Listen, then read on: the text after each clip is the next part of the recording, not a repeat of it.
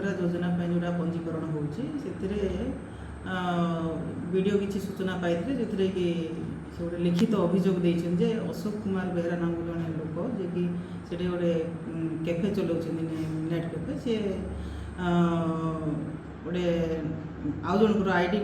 ମାନେ ୟୁଜ୍ କରିକି ସେଠି ପଞ୍ଜୀକରଣ କରାଉଥିଲେ ସୁଭଦ୍ରା ଯୋଜନାର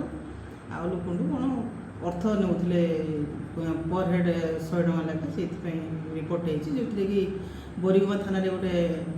କେସ୍ ରୁଜୁ ହେଇଛି କେସ୍ ନମ୍ବର 207 ଆଉ ତଦନ୍ତ ଚାଲିଛି କମ୍ପ୍ୟୁଟର ସିଷ୍ଟମ୍ ଯାହା ଥିଲା ଜବତ ହେଇଛି ଆଉ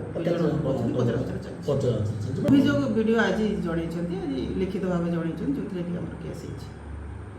ଆମେ ଗୋପନ ରଖୁଛୁ ଆମେ ତଦନ୍ତରେ ଆସିଲା ପରେ ଆମେ ଜଣେଇବୁ